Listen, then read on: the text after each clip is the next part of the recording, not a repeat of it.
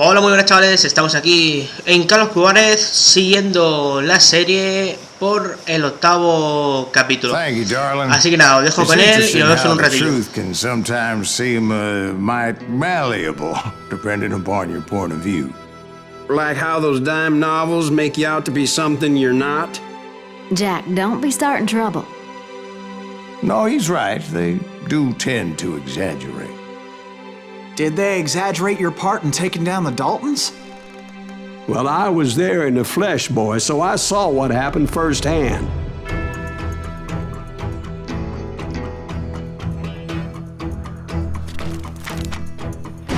Those Daltons were lawmen once, before they all went bad, robbing banks and trains clear across the territory. Until Coffeeville, of course. I was one of the citizens who took up arms that day. Fighting on the side of right? I did my best, sir. We all did.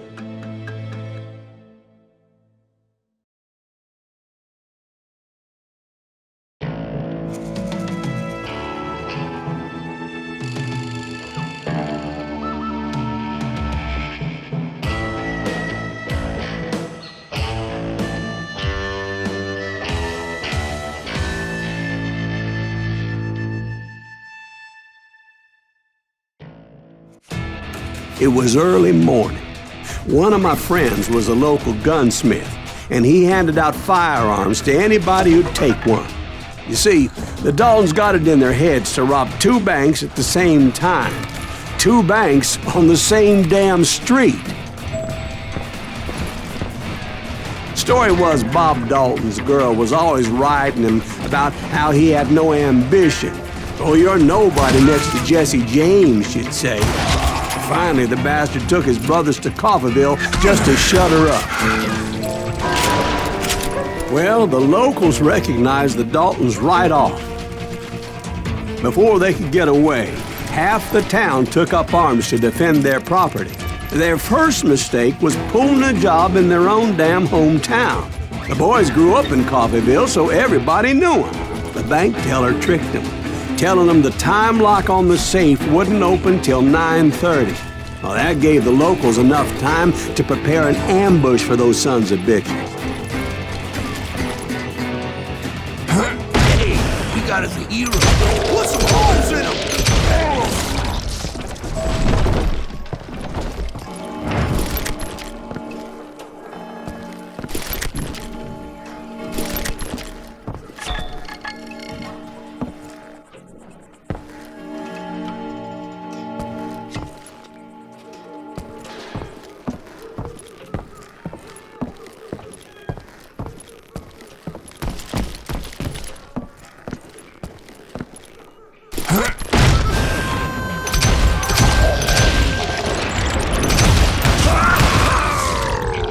The brothers paid dearly for their stupidity, but everybody knows they had it coming. There's more to it than that.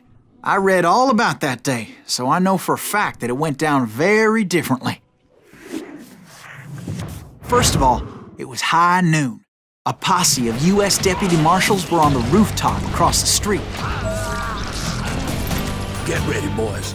They're gonna make a move. The lawmen had been tracking the Daltons for months, and now they finally had them dead to rights. Among them was a bounty hunter feared by many a lawbreaker. This man had no intention of letting the Daltons slip away. The marshals tried to get the Daltons to surrender. They'll give up eventually. We just gotta let the son of bitches out. But this bounty hunter knew that the brothers were far too proud to ever lay down their guns.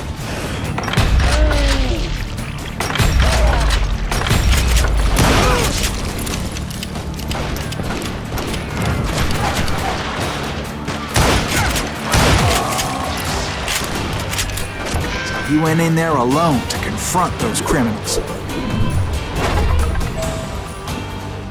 One of the marshals shouted, "Where are you going? Are you crazy?"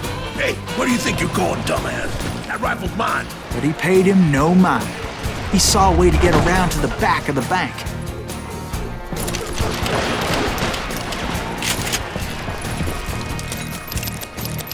Then he figured out how to hit the Daltons from a direction they weren't expecting.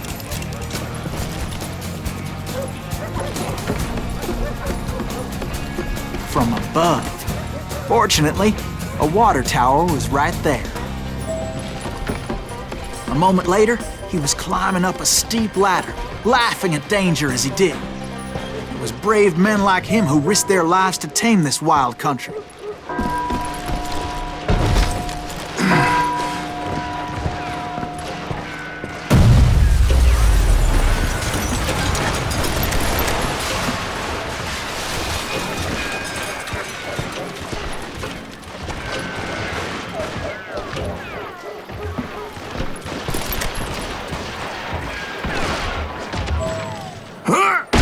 We've got company!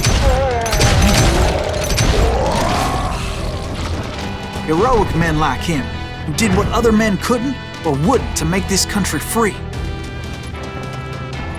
Like Jim Bowie and Davy Crockett, Is who that died Silas defending Greaves? the Alamo. Son of a bitch!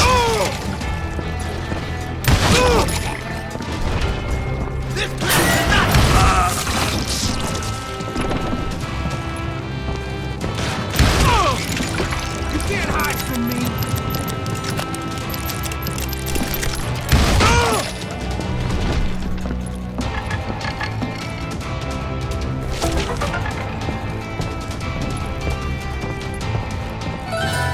Over there!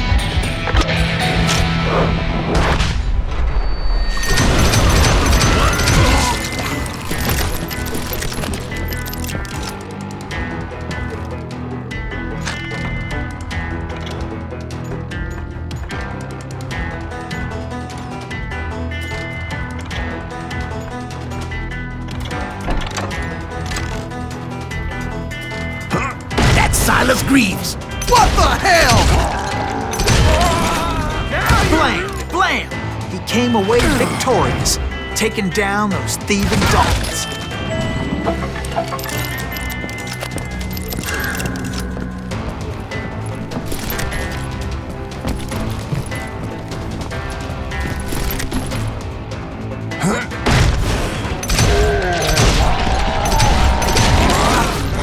His name was Silas Greaves, and when the dust finally settled, he was the last man standing. Sorry, kid, but that just wasn't the way it happened.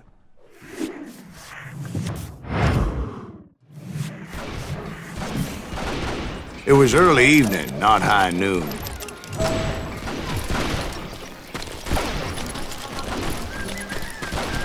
The Daltons blew up a safe, and were all set to hightail it out of there. I was late to the party, and Coffeyville was already up in arms.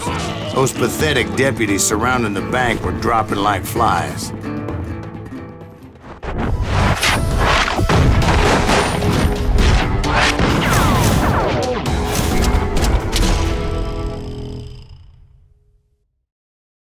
I had been tracking those jokers for months, waiting for them to do something reckless. And finally, they did. Those stupid bastards decided to rob two banks at the same time in the same town where everybody knew them.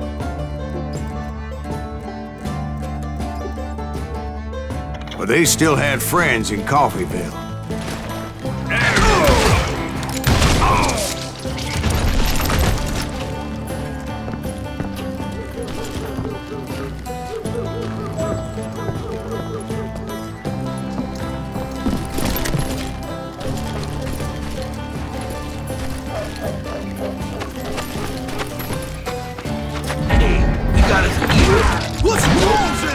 Those friends came after me like a pack of wild dogs, tooth and nail. They were coming at me from all directions. I caught sight of the Daltons running with the money and didn't want to lose them. Problem was, they knew the town better than I did. And to top it off, I found myself in the middle of another shootout entirely. Did the Daltons hole up in somebody's house? No, it was the Smiths, I believe. They were cousins of the Daltons. And they were shooting at the Browns, who were shooting at the Daltons. Which wasn't any surprise, because those two families have been feuding forever. And since the Joneses are related to the Browns, they shot at the Smiths, pissing off the Heimhoffers, whose daughter recently married a Smith. Well, Bullets were flying every which way as all the old feuds in Kansas caught fire all at once. There was a hell of a lot of pissed off people in Coffeyville that day. But that's just the way life is sometimes. Shit happens.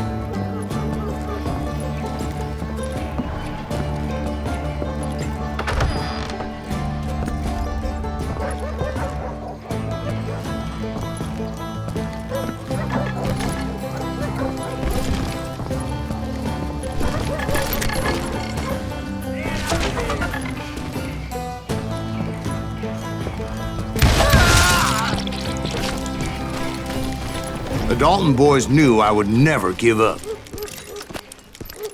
Those Daltons weren't the sharpest knives in the drawer, but they always stood together. They set a trap to slow me down and allow at least 2 of them to escape. The third brother stayed behind to plant me, just in case that trap of theirs didn't work.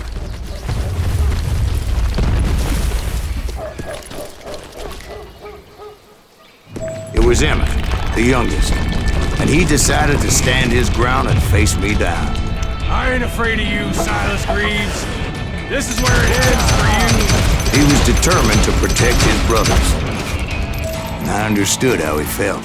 Taking me on all by his lonesome wasn't exactly a recipe for a long life. You ain't getting by me, Greaves.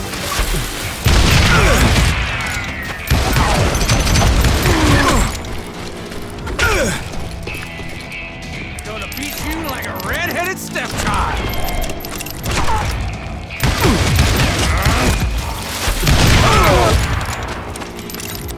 I'm gonna plant you where you stand.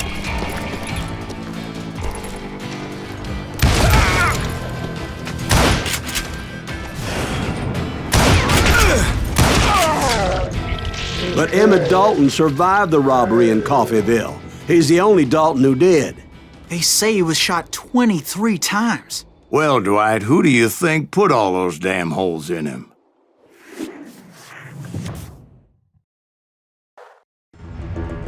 But I have to admit, that boy had grit.